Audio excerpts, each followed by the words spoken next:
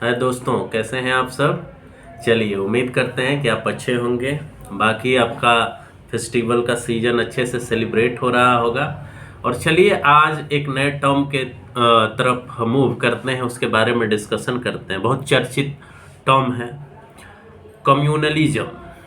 नाम आपने सुना होगा, आजकल का ये बहुत पॉपुलर टर्म है। इसको संप्रदायवाद भी हिंदी में आप कह सकते हैं। कम्युनलिज्म, संप्रदायवाद।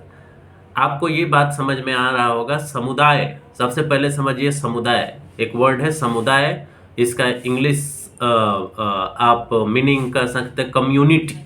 कम्युनिटी क्या होती है? कम्युनिटी होती है वह जब एक या एक से अधिक व्यक्ति या व्यक्तियों का समूह बनता है तो वह कम्युनिटी कहलाती है। एक से अधिक लोग होते हैं, वो लाखों में हो सकते हैं, करोड़ों में हो सकते हैं, मिलियन में हो सकते हैं, बिलियन में हो सकते हैं। वो कम्युनिटी होती है। वो कम्युनिटी रिलीजन के आधार पर बन सकती है, रेस के आधार पर बन सकती है, रीजन के आधार पर बन सकती है, कास्ट के आधार पर बन सकती है, जेंडर के आधार पर भी बन सकती है। लेकिन हम एक पार्टिकुलर कम्युनिटी या कम्युनलिज्म के बारे में बात कर रहे हैं। और वो उसको जब आप डिफाइन करते हैं, कम्युनलिज्म को जब सिंपली आप डिफाइन करते हैं तो कह सकते हैं, मतलब सबसे पहले ये समझिए डेफिनेशन से पहले कि कम्युनिटी सबसे इंपॉर्टेंट है। दो या दो से अधिक लोगों का एक समूह जरूरी है, तब एक कम्युनिटी बन पाती है। कम्युनिटी का मतलब एक लार्जर ग्रुप, बड़ा ग्रुप, दो या दो से अधिक लोगों का एक समूह होता है। और जब ये आइडियोलॉजी का फॉर्म लेता है, जब पॉलिटिकल या सोशल आइडियोलॉजी का फॉर्म लेने लगता है, एक कम्युनिटी की जब कोई विचारधारा बनने लगती है, चाहे वो रहने का हो, खाने का हो, पीने का हो, सोचने समझने का तरीका हो, या अपने एग्जिस्टेंस के बारे में बात करने लगा कि हम क्या हैं, हमारा फीचर क्या है, हमारा रहन सहन क्या है, हमारा धार्मिक बात और व्यवहार क्या है, तब वो कम्युनिटी बनने लगता है। कम्युनिटी बनने लगता है, उसका एक कॉमन प्रोटोकॉल होता है, रूल रेगुलेशन होता है। और यही जब कम्युनिटी के लोग जब उस रहन सहन को, अपने फीचर्स को, बाकी प्रैक्टिसेस को, चाहे वो धार्मिक हो, सामाजिक हो, आर्थिक हो, जब उसको एक पॉलिटिकल और सोशल आइडियोलॉजी के रूप में मानना शुरू कर देते हैं, व्यवहार करना शुरू कर देते हैं, जिसमें इस बात के ऊपर एम्फसाइज किया जाता है कि भाई जो हमारा आइडियोलॉजी है, जो कम्युनिटी का आइडियोलॉजी है, या पॉलिटिकल या सोशल हो या कल्चरल हो, उसी के प्रति आप लॉयल रहेंगे, वही आपकी आइडेंटिटी है। ये ध्यान दीजिएगा कि ये कम्युनिटी का जो सोशल एंड पॉलिटिकल आइडियोलॉजी है, वही आपकी लॉयल, उसी के प्रति आपकी केवल और केवल लॉयलिटी है, उसी के प्रति आपकी केवल और केवल लॉयलिटी है, और वही आपकी केवल और केवल आइडेंटिटी है। और उसके प्रति ध्यान दीजिएगा, इन चीज़ों का के ऊपर आपको ध्यान देना है कि जो लॉयलिटी है उस ग्रुप के प्रति, उस कम्युनिटी के प्रति, वही आपकी आइडेंटिटी है। और उसके प्रति आप अपना एलिजियंस, अपना कमिटमेंट शो करेंगे। तो जब कोई व्यक्ति या व्यक्तियों का समूह किसी एक सोशल एंड पॉलिटिकल आइडियोलॉजी के प्रति अपना लॉयलिटी जाहिर करे, अपना एलिजियंस जाहिर करे, इम्फसाइज करे कि यही हमारी केवल आइडेंटिटी है, तब वह कम्युनलिज्म बन जाता है। तो क्या डिफाइन करें हम? इसके डिफिनेशन में अगर आप जाएं तो कह सकते हैं कि communalism refers to a political and social ideology that emphasize the loyalty, identity, allegiance to one's own ethnic, religious and cultural group, often leading to tension and conflict with other groups। वो consequences है कि दूसरे group के साथ आपका conflict होता है।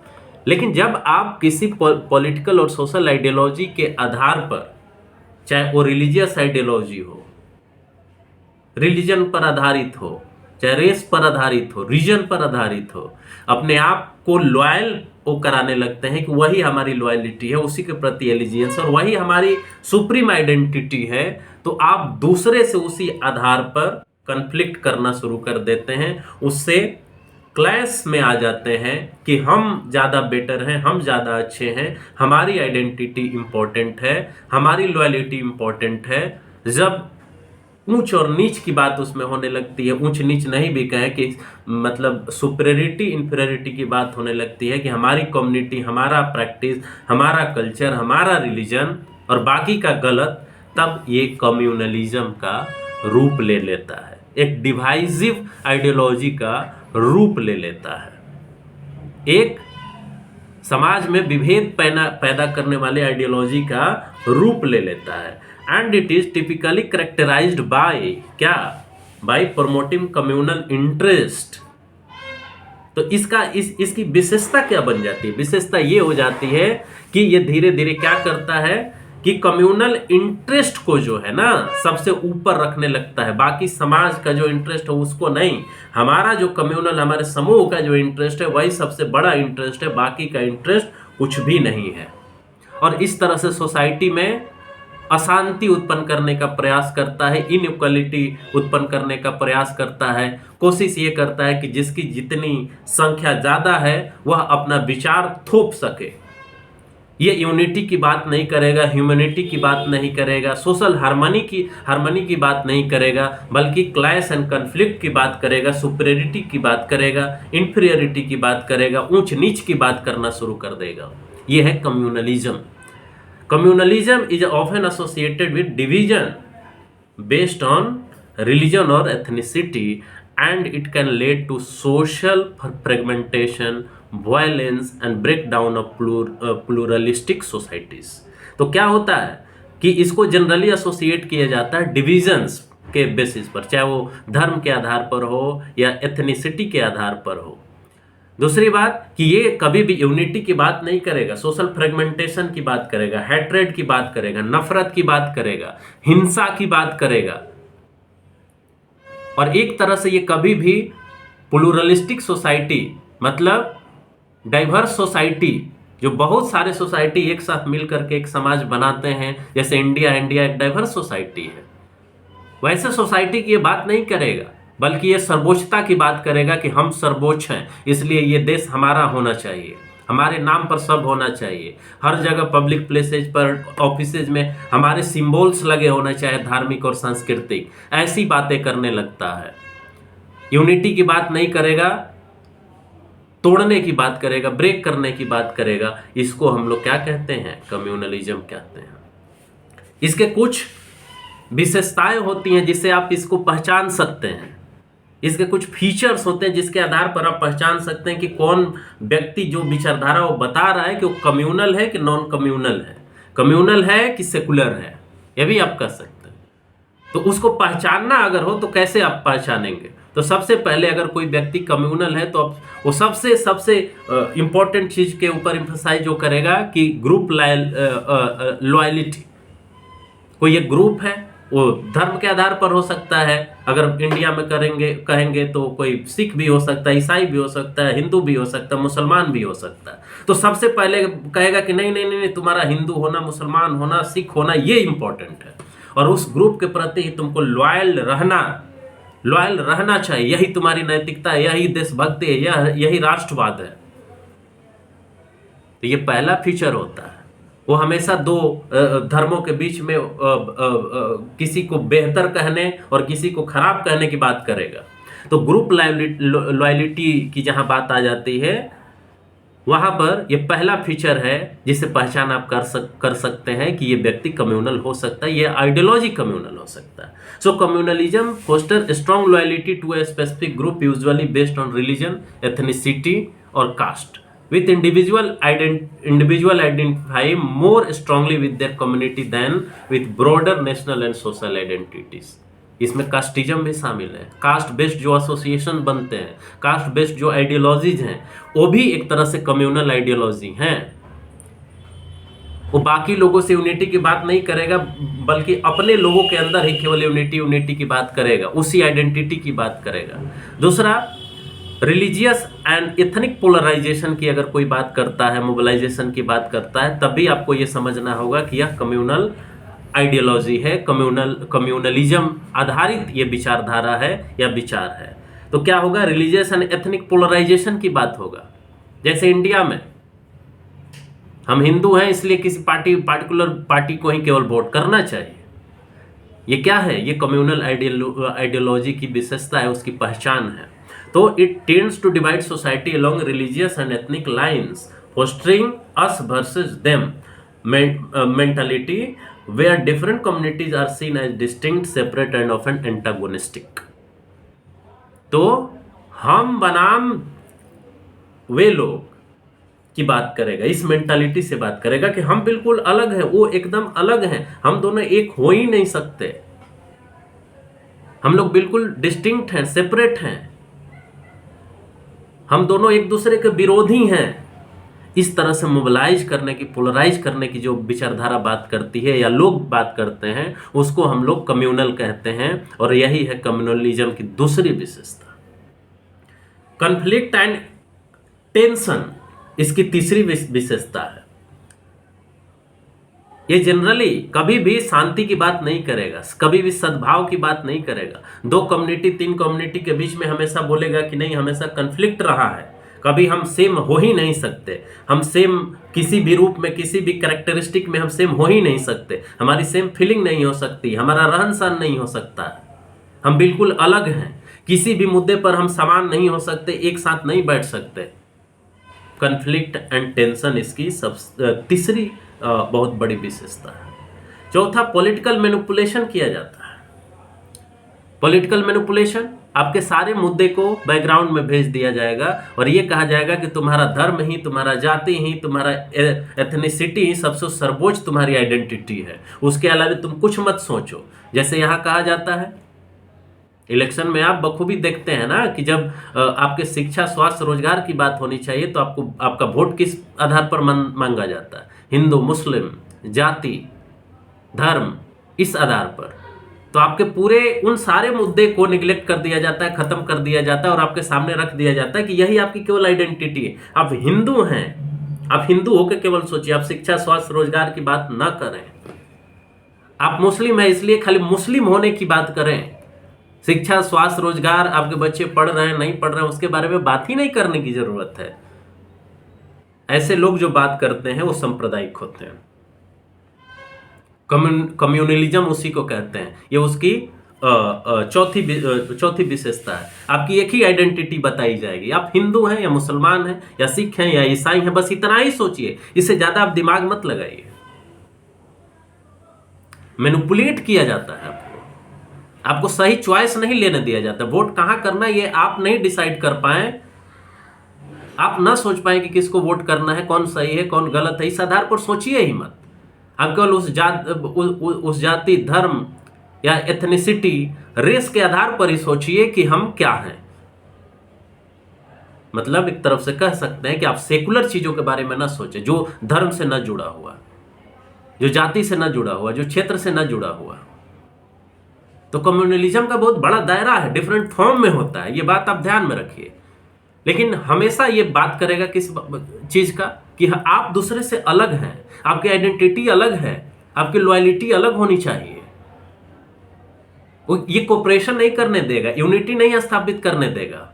और करने की भी बात करेगा ना तो पॉलिटिकल मैनिपुलेशन के रूप में करेगा। कहेगा कि हम सब एक धर्म के हैं, लेकिन उसके अंदर की जो असमानता है, एक्सप्लॉइटेशन है, उसको दूर करने का प्रयास नहीं करने देगा, उस पर सवाल नहीं उठाने देगा। ये आप ध्यान दीजिए, ये कुछ चीजों को कवर करता है, कवर अप करता है, छुपाता है, लेकिन कुछ चीजों को उभारता है। आपके इमोशन को उभारेगा, उन चीजों को उभारेगा जिससे आपका कोई कल्याण नहीं हो सकता, आपको शिक्षा नहीं मिलेगी, रोजगार नहीं मिलेगी, उसके बारे में ये बात नहीं करेगा। अन्याय के बारे में बात नहीं करेगा, वैसे चीजों के बारे में बात करेगा जिससे एक ग्रुप का डोमिनेंस बरकरार रखे, एक पार्टिकुलर ग्रुप का आपके ऊपर, आपके दिमाग के ऊपर डोमिनेंस मजबूत रहे। इसके साथ साथ इसकी एक पांचवी विशेषता है कि ये एक्सक्लूजनरी थिंकिंग को प्रमोट करता है। एक ऐसे थिंकिंग को प्रमोट करेगा जहां सहयोग नहीं, कन्फ्लिक्ट बताया जाएगा। आपको बताया जाएगा कि तुम उससे अलग हो, तुम ह्यूमन बीइंग नहीं हो, तुम सबसे पहले हिंदू, मुसलमान या सिख या ईसाई हो, तुम सबसे पहले पार्टिकुलर किसी एथनिक, ब्लैक या वाइट हो, तुम मंगोलाइड या इंडियन हो। सबसे पहले ये बताया जाएगा कि आप बिल्कुल, आपकी आइडेंटिटी अलग है, आप इंडियन नहीं। इंडियन से पहले आप क्या हैं? किसी धर्म के हैं। इंडियन से पहले आप क्या है? एक जाति के हैं। जैसे जाति है कि जाति नहीं, यहां धर्म बदल लेंगे लेकिन जाति नहीं बदलेंगे। जाति अपने आप में कम्युनलिज्म का उदाहरण है। तो एक्सक्लूजनरी थिंकिंग को बढ़ावा देता है। जिसकी संख्या ज्यादा होगी उसको प्रिविलेज ज्यादा मिलेगा, उसको राइट ज्यादा मिलेगा। जो कम होगा वो सेकंड दर्जे का सिटीजन होता है, दोयम दर्जे का सिटीजन होगा। इस तरह के थिंकिंग को बढ़ावा देता है। हमारा धर्म सबसे बढ़िया, तुम्हारा धर्म खराब। हमारी जाति सबसे अच्छी, तुम्हारी जाति खराब। कोई पुरुष है तो हम पुरुष हैं, इस वजह से हम सबसे अच्छे हैं। महिला है तो महिला खराब। अगर हम अपर कास्ट हैं तो हम सबसे अच्छे, लेकिन अगर आदिवासी है तो वो तो अनपढ़ गंवार है। इस तरह के विचारधारा को प्रमोट करता है। एक धर्म ठीक है, दूसरा धर्म खराब है। अपने धर्म के शोषण की प्रवृत्ति को सामने नहीं लाएगा, लेकिन दूसरे धर्मों के शोषण के बारे में खूब बात करेगा, अपनी सुपीरियरिटी की बात करेगा। यह भी इसकी विशेषता है। फिर इसके बाद छठवां इसका क्या विशेषता? आपको पहचानना होगा। इन विशेषताओं के आधार पर आप ये पहचान पाएंगे कि कम्युनलिज्म की आइडियोलॉजी कैसे काम करती है। तो जो छठी इसकी विशेषता है वो हिस्टोरिकल एंड कल्चरल नरेटिव को प्रमोट करेगा। वो हिस्टोरिकल एंड कल्चरल नरेटिव को प्रमोट करेगा और पास्ट को ग्लोरीफाई करने की बात करेगा। पास्ट को कहेगा कि हमारा पास्ट बहुत ही गोल्डन था, बहुत बढ़िया था, उसको डिस्टॉर्ट करेगा। उसमें सुपरियरिटी, किसी एक ग्रुप के सुपरियरिटी को दिखाने की कोशिश होगी। जैसे इंडिया में आप देख लें, आरएसएस का नाम आप जानते हैं। आरएसएस पास्ट को ग्लोरीफाई करता है, वैदिक एज को ग्लोरीफाई करता है। लेकिन क्या 21वीं सदी में आप उस ग्रामीण व्यवस्था को रिप्रोड्यूस कर सकते हैं? वेदों की तरफ लौटो, वेदों की तरफ जाओ। वैदिक एज हमारा गोल्डन फेज था, ऐसे था नहीं, ये गलत स्टेटमेंट है। एक ग्रामीण व्यवस्था आज के व्यवस्था का स्थान ले ही नहीं सकती है। उसमें किसी का इंटरेस्ट इन्वॉल्व है, इसलिए वो ग्लोरीफाई करते हैं। वो भले हिस्ट्री उस समय का खराब रहा हो, उसमें शोषण रहा हो, जातीय आधार पर वर्णाश्रम वर्ण व्यवस्था, जाति व्यवस्था रही हो, लेकिन उसको जस्टिफाई करेंगे, उस सिविलाइजेशन को जस्टिफाई करेंगे, वो बताएंगे कि हम बहुत सुपीरियर थे। इससे भी पता चलता है कि ये आइडियोलॉजी सांप्रदायिक आइडियोलॉजी है, सांप्रदायिक विचारधारा है। और लास्ट अगर हम कहें, बहुत स्पेसिफिक, आपको स्पेसिफिक हम बता रहे हैं कि इसमें प्लूरलिज्म को बढ़ावा नहीं दिया जाता, डाइवर्सिटी को बढ़ावा नहीं दिया जाता। एक साथ बहुत सारे लोग रह सके, बहुत सारे सोसाइटी, विचारधारा, प्रैक्टिसेज रह सके, इसको डिस्करेज किया जाता है। कोशिश किया जाता है कि जो बहुसंख्यक है उसकी विचारधारा को स्थापित करे, उसके कल्चर को स्थापित करे, उसके लैंग्वेज को स्थापित करे, उसके कल्चरल सिंबल्स को स्थापित करे। अगर इंडिया में कहें तो हम हिंदू हैं तो हम हिंदू राष्ट्र बनाएंगे। हिंदुओं का केवल मंदिर होना चाहिए हर जगह, हिंदुओं का जो सिंबल होता है, कल्चरल सिंबल होता है, वो हर जगह होना चाहिए। लेकिन अगर दूसरा कम्युनिटी है, कम जनसंख्या वाला है, उसकी विजिबिलिटी कम होनी चाहिए हर जगह से। हम हिंदू राष्ट्र बनाएंगे तो हम हिंदू राष्ट्र में सब चीज़ें हिंदुओं की विचारधारा पर, हिंदुओं के ग्रंथों पर, हिंदुओं के लाइफ स्टाइल पर आधारित होना चाहिए। और जो दूसरा है, क्योंकि उनकी संख्या कम है, वो जो मेजोरिटी के लोग हैं, उनकी जो कल्चर है, उनके जो प्रैक्टिसेज हैं, उन सारी बातों को मान लेना चाहिए कि वही उसकी, इस देश की सबसे बड़ी पहचान है।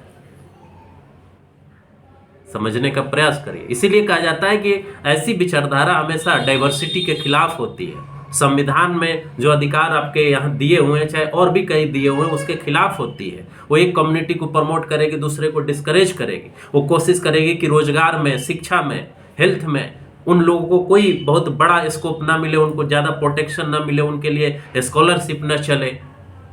ये सारे प्रयास होते हैं ताकि एक कम्युनिटी का डोमिनेंस बरकरार रहे। तो दोस्तों, हमने प्रयास किया आपको बताने का कि कम्युनलिज्म क्या है। यह एक सोशल एंड पॉलिटिकल आइडियोलॉजी है, कल्चरल आइडियोलॉजी है आप कह सकते हैं, जो डिवीजन को प्रमोट करता है, केवल एक ग्रुप के प्रति लॉयलिटी को प्रमोट करता है, उसके सुपरियरिटी को प्रमोट करता है, एलिजियंस को प्रमोट करता है, केवल उसी आइडेंटिटी को बताने की कोशिश करता है कि यही आपकी केवल एक आइडेंटिटी है। धर्म पर आधारित या जाति के आधार पर आधारित, क्षेत्र पर आधारित, एथनिसिटी के आधार पर आधारित, रेस पर आधारित, बहुत सारे मल्टीपल जो आपके आइडेंटिटी होते हैं, पहचान होते हैं, उसको ये सामने लाने की बात नहीं करता। ये बोलता है कि आप ऊंच हैं, आप सुपीरियर हैं, दूसरा इंफीरियर है, आपकी संख्या ज्यादा है तो आप सबसे आप ही की बात मानी जानी चाहिए। लेकिन ये उसके अंदर की खामियों, या अगर धर्म का एग्जाम्पल ले तो धर्म के आधार पर जो शोषण हो रहा है उसकी बात नहीं करेगा, न्याय की बात नहीं करेगा, कल्याण की बात नहीं करेगा, उस विचारधारा को प्रमोट करेगा जहां पर डिवीजन बढ़े, लोग बटें, समानता की बात नहीं होगी, असमानता की बात होगी, सुपीरियरिटी की बात होगी। तो मैं उम्मीद करता हूं कि इससे कम्युनलिज्म के आइडियोलॉजी को समझने में आपको मौका मिलेगा। हमने उसकी विशेषताएं भी आपके सामने रखी कि उन विशेषताओं के आधार पर आप समझ पाएं कि ये कौन सी आइडियोलॉजी है। क्या कोई व्यक्ति आपके सामने सांप्रदायिक विचारधारा रख रहा है या नहीं रख रहा है, कैसे उसको पहचाने। तो इस कंसेप्ट को समझते हुए आप कोशिश कर सकते हैं कि कम्युनलिज्म को कैसे आप एनालाइज करें, समझें और अपने प्रैक्टिस में कैसे इससे बचें। तो इसी के साथ हमें इस बात को समाप्त करने की इजाज़त दीजिए। नमस्कार, धन्यवाद, जय हिंद, जय भारत दोस्तों।